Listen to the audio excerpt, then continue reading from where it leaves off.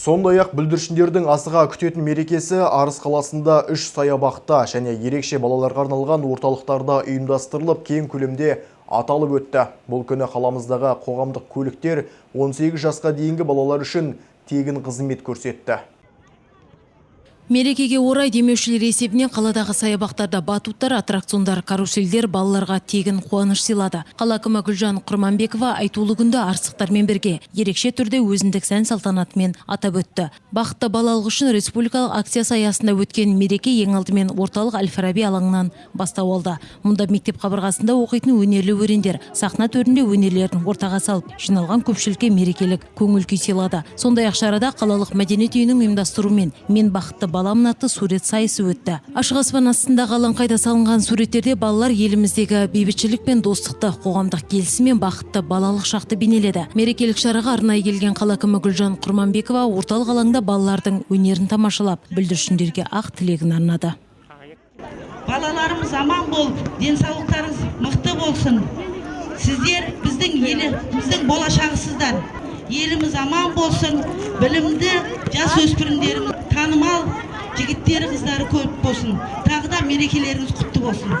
Сондай-ақ спорттық шаралар ұйымдастырылып, балалар шат-шадыман көңілде мерекені тойлады. Жүлделі орын алған жеңімпаздарға қала әкімінің алғыс хаттары табысталып, марапатталды.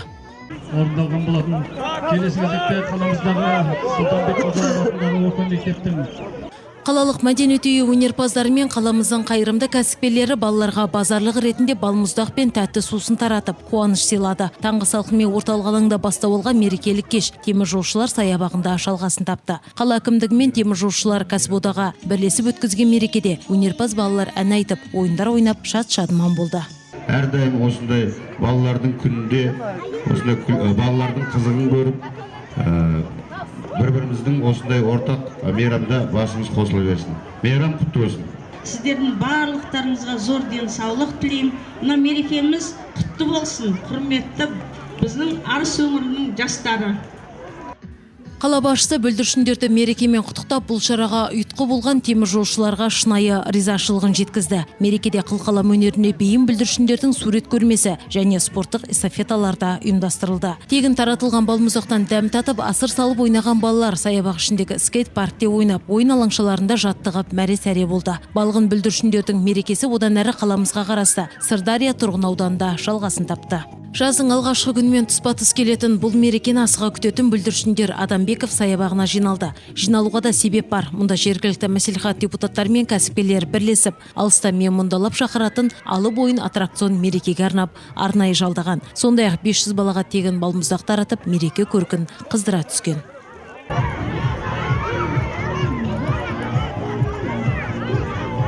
Қала әкімі ынтымағы жарасқан тұрғын ауданның ата-аналары мен бүлдіршіндерін мерекемен құттықтап, бар жақсыны тіледі. Мәдениет үйі және мектеп өнерпаздары концерттік бағдарламалармен көтеріңкі көңіл күй сыйлап мерекенің шырайын келтірді. Сондай-ақ спорттық жарыстар мен түрлі қызықты ойындар ойналып, ән-биден шашу шашылды. Бақытты балалық үшін республикалық акциясына орай қала әкімі Арыс қалалық орталық ауруханасына баруды да ұмытпады. Қала басшысы балалар бөлімінде ем алып жатқан бүлдіршіндердің қал жағдайын сұрап, мерекемен құттықтады. Олардың тезірек сауығып кетуін тілеп, бүлдіршіндерге ойыншықтар үлестіріп, сый-сияпат жасады.